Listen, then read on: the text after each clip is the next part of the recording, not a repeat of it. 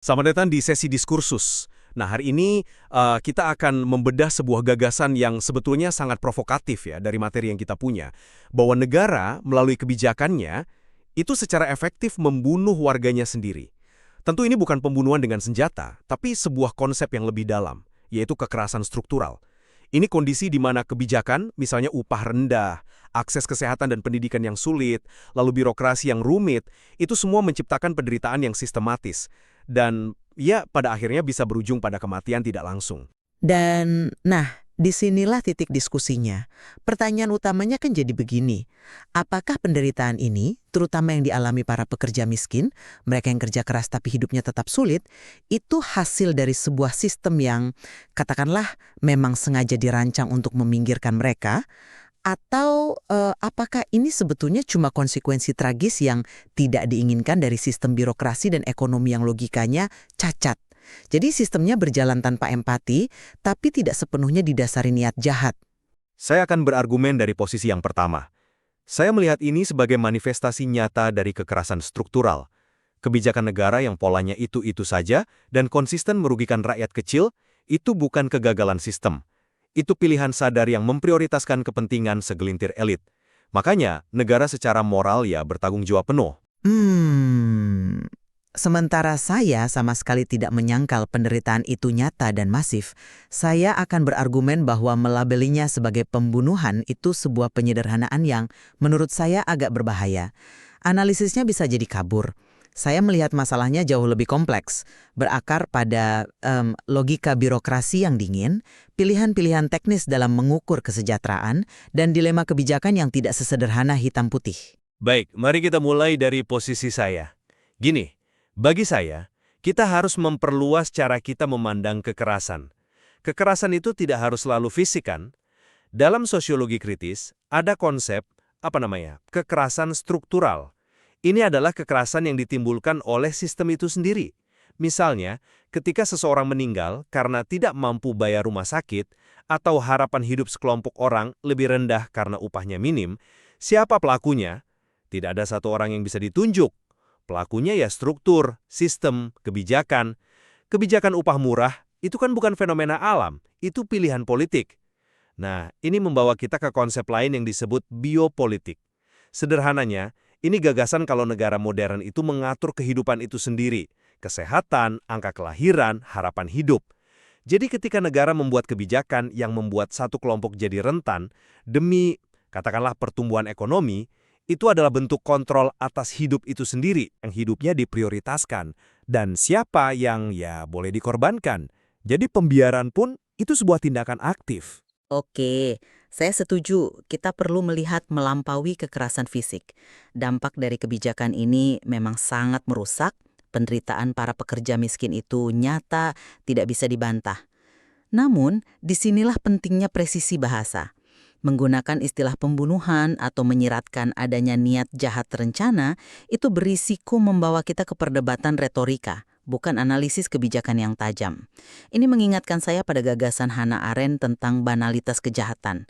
Ia mengamati kalau kejahatan besar dalam sejarah itu seringkali pelakunya bukan monster, tapi birokrat biasa yang hanya menjalankan tugas tanpa refleksi. Jadi tragedi sosial bisa lahir bukan dari kebencian, tapi dari birokrasi yang dingin, yang mekanis.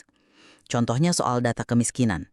Ketika pemerintah lapor angka kemiskinan turun, apakah itu selalu berarti ada konspirasi di tingkat atas untuk menipu publik? Mungkin tidak sesederhana itu.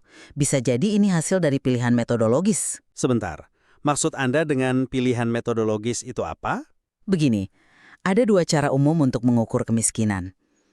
Pertama, kemiskinan absolut, yaitu menetapkan satu angka pasti, misalnya pendapatan Rp500.000 per bulan. Siapapun di bawah angka itu ya miskin. Cara kedua, kemiskinan relatif, yang membandingkan pendapatan Anda dengan rata-rata di masyarakat. Mungkin pendapatan Anda 600.000, di atas garis absolut. Tapi kalau tetangga Anda rata-rata pendapatannya 5 juta, Anda tetap tidak bisa berpartisipasi penuh dalam kehidupan sosial. Nah, Anda miskin secara relatif. Ketika birokrasi memilih untuk hanya pakai standar absolut yang sangat rendah, mereka bisa dengan mudah menunjukkan penurunan angka kemiskinan, padahal ketimpangan sebenarnya mungkin melebar. Pilihan ini jelas punya dampak politis, tapi apakah itu sama dengan niat sadar untuk membunuh? Saya rasa itu lompatan logika yang terlalu jauh. Tapi bukankah konsistensi dari pilihan-pilihan yang merugikan itu menunjukkan adanya sebuah pola? Sebuah kesadaran? Kalau sebuah kebijakan diterapkan bertahun-tahun dan dampaknya selalu sama, memperpendek harapan hidup, menyulitkan akses kebutuhan dasar, sulit untuk terus-menerus bilang itu tidak disengaja. Ini bukan lagi soal kelalaian, ini soal prioritas. Fenomenal pekerja miskin itu sendiri bukti paling nyata. Mereka kan orang-orang yang ikut aturan, mereka kerja keras, tapi sistem penggajian memang dirancang sedemikian rupa sehingga kerja keras mereka tidak akan pernah cukup. Ini bukan kegagalan sistem kapitalisme, ini adalah cara sistem itu bekerja, sesuai rancangannya, menekan biaya tenaga kerja serendah mungkin untuk memaksimalkan keuntungan pemilik modal. Jadi penderitaan mereka itu bukan bug, tapi fitur dari sistem ini. Tapi saya membacanya secara berbeda. Logika yang sering kita dengar dari para pembuat kebijakan, setidaknya yang mereka ucapkan di publik ya, adalah logika persaingan global. Mereka bilang, kita harus jaga upah tetap kompetitif agar investor mau datang menciptakan lapangan kerja. Tentu kita bisa berdebat panjang kalau logika ekonomi ini keliru dan ya terbukti gagal menyecetrakan. Saya pun setuju soal itu.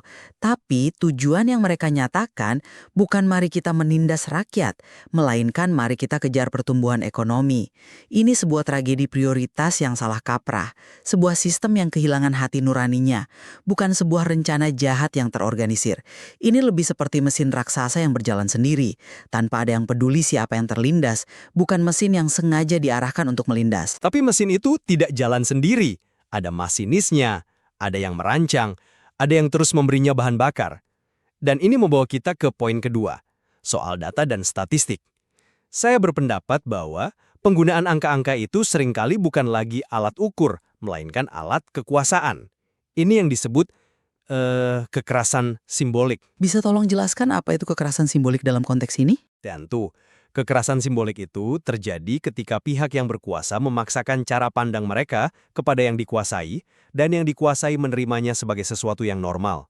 Dalam kasus data kemiskinan tadi, saat negara menetapkan garis kemiskinan yang sangat rendah, katakanlah setara Rp25.000 per hari, lalu seorang pekerja dengan upah Rp30.000 per hari secara statistik dinyatakan tidak miskin, disitulah kekerasan itu terjadi.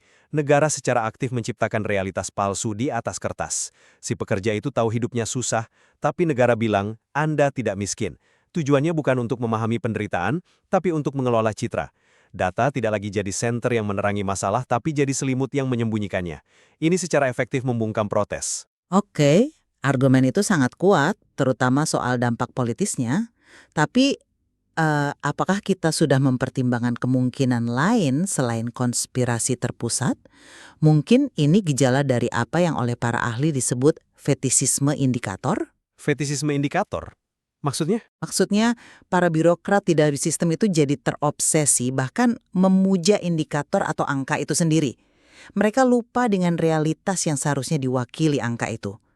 Target dari atasan adalah turunkan angka kemiskinan 1%. Maka, ya fokus birokrat di lapangan adalah gimana caranya agar angka di laporan turun 1%. Bukan gimana caranya membuat hidup jutaan orang benar-benar lebih baik. Angka itu jadi berhala. Ini sebuah patologi, sebuah penyakit dalam birokrasi modern di mana target kuantitatif jadi lebih penting daripada hasil kualitatif bagi manusia. Dampaknya sama-sama mengerikan, saya setuju. Tapi sumber masalahnya berbeda. Ini penyakit sistemik, bukan kejahatan yang direncanakan. Saya kurang yakin dengan pemisahan itu. Karena pada akhirnya, siapa yang menciptakan penyakit sistemik itu? Siapa yang menetapkan target-target sempit itu, kalau bukan pemimpin di puncak? Dan yang terpenting, mari kita lihat dampaknya pada manusia. Sistem ini tidak cuma memiskinkan secara materi. Ia melakukan sesuatu yang lebih kejam. Ia menyebabkan kematian sosial dan kematian harapan. Para pekerja miskin hidup dalam stres dan kecemasan kronis. Setiap hari mereka dihantui pertanyaan. Besok anak saya makan apa? Kalau sakit, berobat pakai apa? Ini adalah keletihan eksistensial. Rasa lelah jiwa karena merasa kerja kerasnya tak akan pernah membawanya kemana-mana. Ini dampak langsung dari sistem yang mereduksi manusia jadi sekadar roda penggerak. Filsuf Hannah Arendt kan membedakan antara labor dan work. Labor itu aktivitas untuk bertahan hidup. Work itu aktivitas yang memberi makna. Nah, sistem ini menjebak jutaan orang dalam siklus labor tanpa henti, tanpa pernah memberi mereka kesempatan melakukan work yang memanusiakan. Harapan mereka dimatikan pelan-pelan. Ya, saya sepakat 100% dengan deskripsi dampak psikologis yang mengerikan itu. Tidak ada keraguan soal itu. Namun, cara penindasan ini bekerja di era sekarang seringkali jauh lebih halus, lebih tersembunyi, yang membuatnya semakin sulit dilawan. Ambil contoh fenomena kapitalisme platform, ojek online, kurir paket, dan sebagainya. Eksploitasi yang mereka alami itu dibungkus dengan retorika yang indah. Kemandirian, fleksibilitas, jadilah bos bagi dirimu sendiri. Kekerasan struktural ini dinormalisasi, dianggap sebagai resiko wajar, karena pelakunya abstrak, bukan lagi mandor pabrik yang kejam, tapi sistem atau algoritma sangat sulit bagi para korban menunjuk satu musuh yang jelas. Penindasannya tersebar tipis dan berlangsung lama. Ini yang membedakannya dari penindasan di masa lalu yang lebih brutal, tapi juga lebih terang-terangan. Posisi saya tetap sama. Ketika sebuah kebijakan, apapun bungkusnya, secara sistematis dan konsisten menghasilkan penderitaan massa, membatasi kesempatan hidup, dan mematikan harapan, itu adalah bentuk kekerasan struktural yang tidak bisa dimaafkan. Mungkin negara tidak memegang pistol, tapi kebijakan itu menarik pelatuk yang mematikan masa depan warganya. Jadi, ini bukan hanya soal akibat yang tidak diinginkan, ini adalah soal pembiaran yang disengaja. Ini adalah pilihan sadar untuk memprioritaskan angka-angka di atas martabat dan nyawa manusia. Diskusi kita ini justru semakin menggarisbawahi poin saya. Meskipun dampaknya bisa sama fatalnya dengan kekerasan fisik, menyematkan label pembunuhan atau menuduh adanya niat jahat terencana itu bisa jadi bumerang. Lawan kita bisa dengan mudah menepisnya sebagai tuduhan emosional.